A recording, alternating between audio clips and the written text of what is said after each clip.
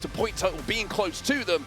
And today is an opportunity, and this week is an opportunity for them to say, hey, we don't just want to be close to Falcons, we want to be ahead of them. This chance here in the group stage is a chance to put down a marker with some huge point tallies. I think as long as SSG can get to that finals lobby, they will be up there as a potential winner for this tournament.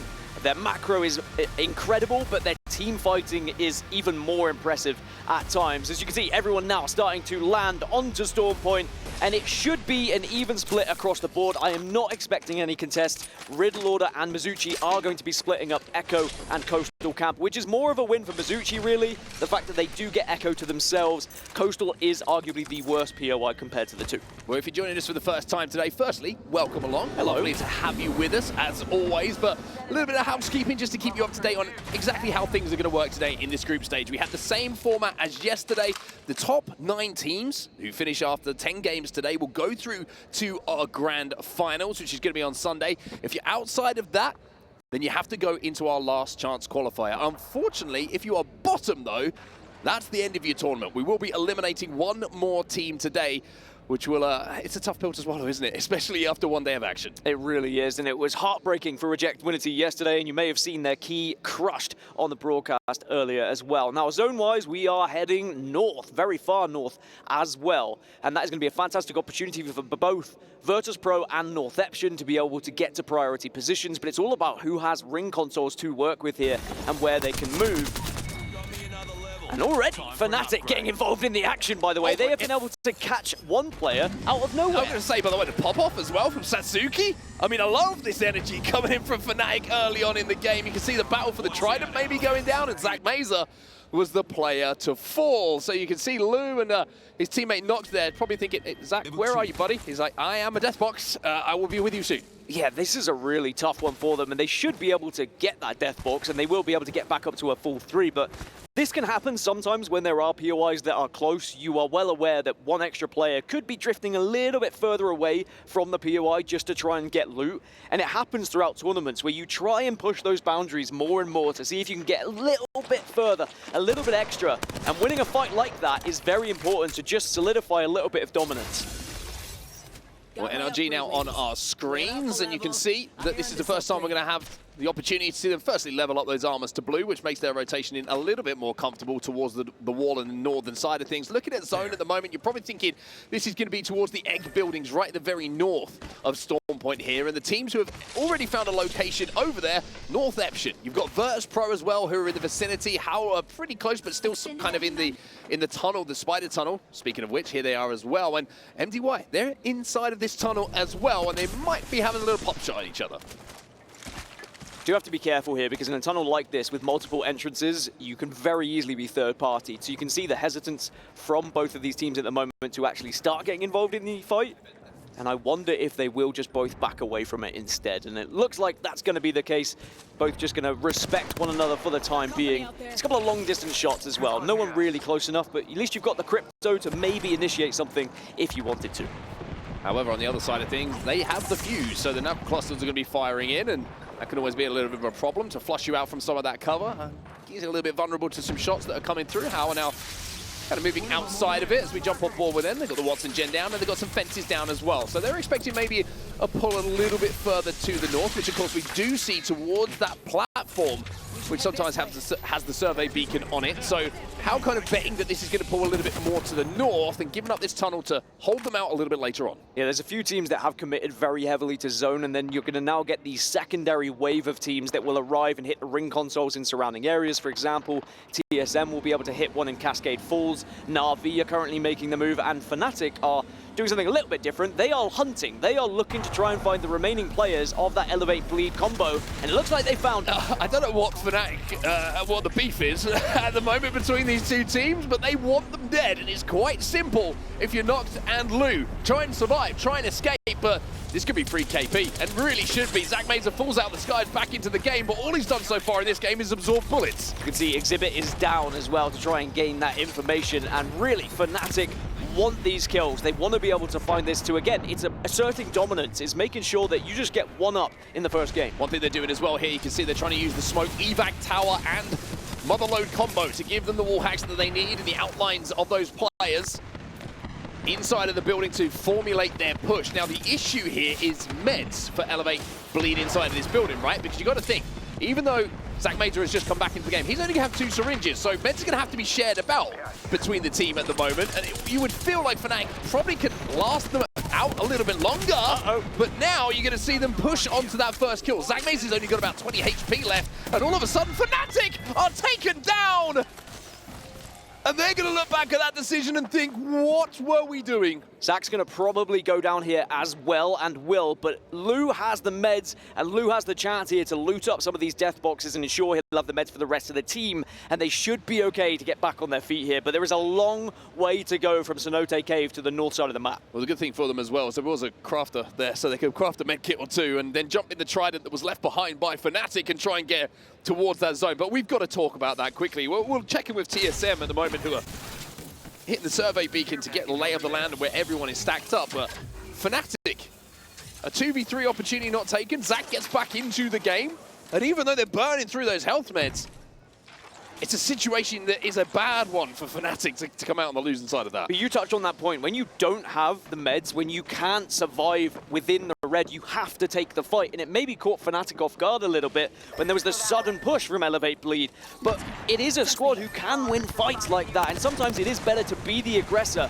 And Fnatic maybe will look back at that one saying, was it worth it to commit that heavily to zone to try and get those kills? But I think this is a battle between those 2 teams we're going to see quite a lot of today. Yeah, I expect maybe a little bit of retaliation coming in the next game from Elevate Bleed, but while we talk about that fight, it's done and dusted, and there is going to be a clear winner of it. Fnatic fall out first in this lobby as Hero is going to hit the ring console and find out exactly where they need to go. And speaking of where you need to go, it is still looking like a very northern pull. It's maybe pulling towards that platform we were talking about before, which Northeption are currently holding down. ExoClan are also going to be in the vicinity, and as you can see here, right up on that building, that little building there with the zip lines attached to it, that's where Northeption find themselves. Yeah, Northeption are actually spread out at the moment as well. They just went to hit a survey beacon to try and get a little bit more information as to whether anyone's going to be arriving from their east, and they should be okay for quite some time. There is the possibility that likes of Blacklist International, SSG, could arrive from that eastern side, so Northeption do need to be aware of that. And just looking at the map overhead, there is definitely an approach from SSG here on the northeast. So Tyder is essentially the solo player split holding the platform at the moment. As we take a look at the replay of that fight, you can see, like you said, it was a double swing that came in, an aggressive double swing, probably forced, like you say, due to the med situation that got them that first knock, and Fnatic folded up after that one like some fresh laundry. But back to the live game and back to the man holding the charge rifle on that platform. We'll check in with his teammates here. Yuka Peredato, who's going to be up on that building, and you can see the effect, how effective this split hold is going to be. I will say, Tidy's got quite a lot of responsibility with that charge rifle to hold off any teams who try and move up onto that position. But the good news for him, anyone tries to move up, they move him through the open, he should be able to hit a big shot.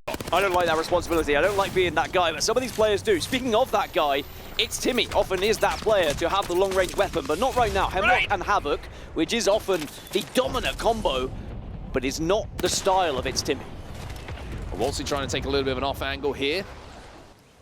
As the team in front of them, it's going to be WBG.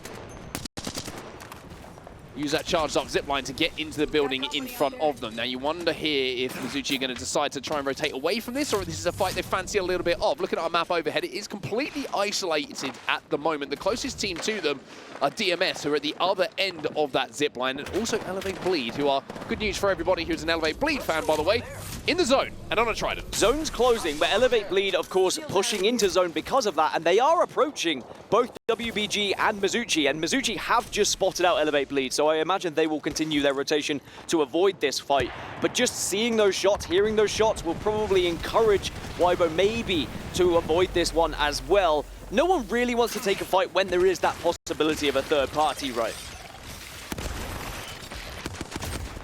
So Mizuchi decided against the fight, decided on a little bit of extra loot thanks to the very generous spiders that are available for them to clean up here and also get those evos up a little bit more. I wonder if Weibo are going to look at maybe the positioning that Elevate Bleed were trying to get and say we might be able to pick up some kills here as well. So they might hold their position for a short time, which could delay their rotation and allow Mizuchi to push ahead of them. Anyway, TSM involved in a scrap here as well. TSM are going up against Legend Gaming right now, LGD inside of this tunnel, and Vertholz is down to Only a slither of health, and now they're getting pushed, but it might have been an overextension, and just as the barrier gets popped, they're going to get that first knock onto MDY. Now we're going to see the rest of them fall as well, and Reps combining with the damage done from his teammates here to get the clean wipe, and TSM will start off hot here in their first fight. They do notice a crypto drone though. That means there is definitely another team somewhere close and somewhere that had vision on them, but TSM may have lost Imperial Hell, they may have lost their IGL, but they did not lose their firepower. Right, we have to talk about the fact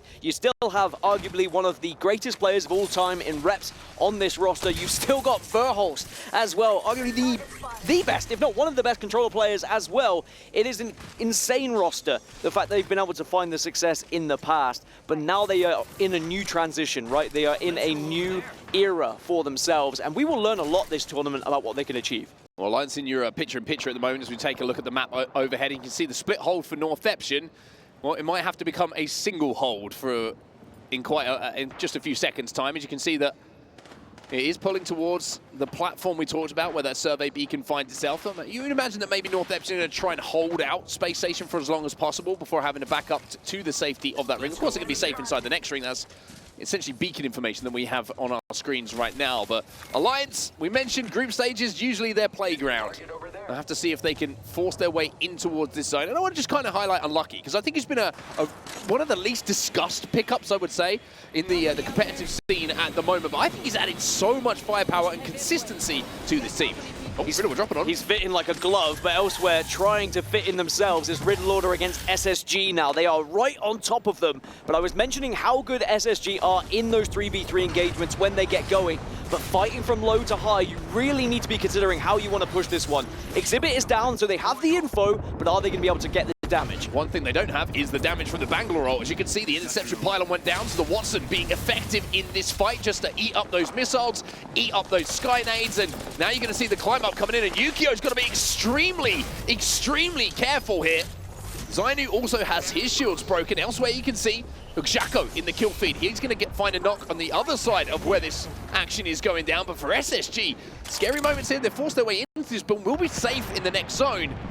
But Riddle Order being above them, having those fences down, makes that fight, if they want to take it, very, very difficult. Heroes eliminated in the meantime. We have 17 squads remaining. Elevate Bleed are running into Blacklist International here. Actually, they're going to fly above Blacklist International and past TSM. So this is an amazing rotation from Elevate Bleed. Considering where they were at the southwest of the map, they have now been able to find themselves past 3 teams that were originally ahead of them, but they are now approaching SSG and Riddle Order and maybe shadowed by Blacklist here. This is interesting, isn't it? Like you say, Blacklist International, they're flying through the skies right now. I'm going to see where they land. It looks like they've had to swing away from the action on your screen right now. And Elevate Bleed in a perfect position, if their backs are clear, which it looks like they are, to third party of this building fight if it takes place. Reminder, Riddle Order and Space Station stacked up on top of each other at the moment. Elevate just need to show as little presence as possible and wait for that fight to break out. I will say Riddle Order did very well to hold off SSG. Just that one player surviving and then getting the Watson fences down to just assert their dominance on top of the building. Elsewhere, Dragons Esports have gone down. Mizuchi, though, taking this fight, and they've already lost Timmy. There's a lot of teams in and around the wall at the moment. This is all Team 2 and trying to move in a little bit later. Masucci will fall. NRG is still alive. Weibo Gaming still alive as well, as DMS are having a little look at this too. So many teams in the vicinity here. And WBG find themselves just down to 1 now. Bobo, it's all up to you. Some of these fights are fight or flight because there is not much playable space in the next zone, and that's why we're seeing these engagements happen. There are 3 teams in this southwest area, by the way. TIE, DMS, NRG, and Na'Vi overlooking it. Even Alliance aren't that far away from it. So even if you win your fight, you have to be on your toes. You have to be making sure you're quickly looting up and preparing for another fight. Well, how on our screen right now, trying to use the Watson fences just to secure an area and a perimeter around them. They are safe in this next zone. And it looks like due to the rock formations that are above them, they can also shield themselves from the lines of sight of some other teams who are going to be playing the more northern side of things. Elsewhere, NRG still find their way in towards zone. They've essentially come out on top of this battle that has been happening in and around wall. Still healthy as a 3. TIE still have 1 player alive. As you can see, Axis is trying to escape from here.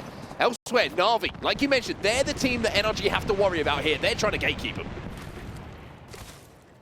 It's about where they go from here, really, NRG. If they do manage to take the fight against Na'Vi, they might be able to catch them off guard as well, and they actually find a small little player waiting in the wings. It's going to be TIE and the last remaining player going down. I will say Nocturnal's heart must sipping in his mouth there. He's like, firstly, huh, there's a solo. And it was, huh, he's got a Devo! And it was like, okay, we got the kill, it's all fine. So now they have a Devo, which makes their next push a little bit easier. Well, now zone is closing, so NRG will be forced into either Na'Vi or Alliance. Elsewhere, you can see TSM, they're approaching from the south. DMS is the team that's arriving through the tunnel. Riddle Order have been eliminated. That was part of the battle that was happening on the north side. SSG seem to be very, very happy with that because it gives them a little bit more space to rotate in front. But look at the traffic build-up that we are now seeing. And TSM are in the middle of it. NRG have fallen. Virtus Pro have fallen as well. It's all up to Verholst. He can't make it happen as DMS, the last to arrive, as Prestis tries to grapple to his teammates. It's beautiful to watch Pathfinders do what they do best. Elevate Bleed still alive in all this, by the way, from that early game where they got players back in, but now SSG arrive to wipe them out, and Elevate Bleed will go down. And just like that, we go from 15 teams to 8th now. There was not enough playable space, but SSG have commanded a lot of it here on the southeast. On board with Koifel, a player who has had so much expectation at such a young age put on his shoulders, one of the best you could possibly hope to have in a clutch situation.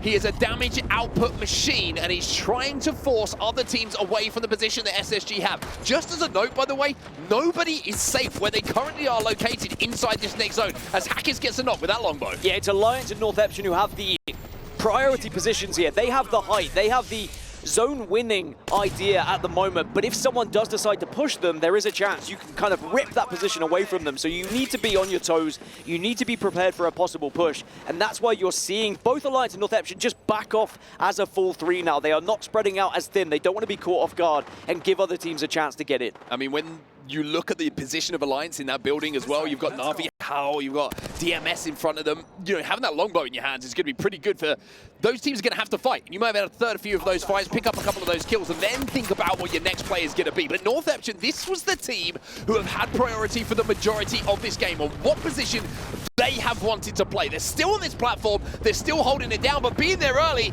means the shields aren't as good as SSG, as SSG look to move up. SSG definitely have the shield advantage. The zone will force them in, and you can see the ult started to come out as well. They need the damage to go off here, though. They can't just go in blind because they don't really know where North Epsion are holding in certain angles. How eliminated in the meantime. Phony gets the first knock, and that is the opening now for SSG to move forward, but the exchange of knocks will follow almost immediately. Na'Vi have been eliminated while this fight continues, and now you're seeing maybe a couple of third parties start to engage in this fight. Phony's left on his own. Phony left on his own. DMS, they arrived and they changed things, but maybe Phony can get away. No, he cannot. So it is DMS who come in to clean things up, but North Epsion also survived. 3 squads remain. Alliance are the healthiest, though. We said they were in one of the best positions, and they've got full red here. They should be able to clean things up. North Epsion down to a 2, and might be down to a 1 in just a few moments' time as well. They get the knock, should get the knock, and here comes the zipline from Alliance, and you mentioned it, the Pathfinder gives them the ability to engage in this fight, to clean up these final pieces. Alliance will be your champions here in game number 1. And how many times have we said that sentence in Apex Legends history? It's group stages, it's Alliance, it's a game 1 victory, and they look in fine form as expected. They are, and should be, the team that everyone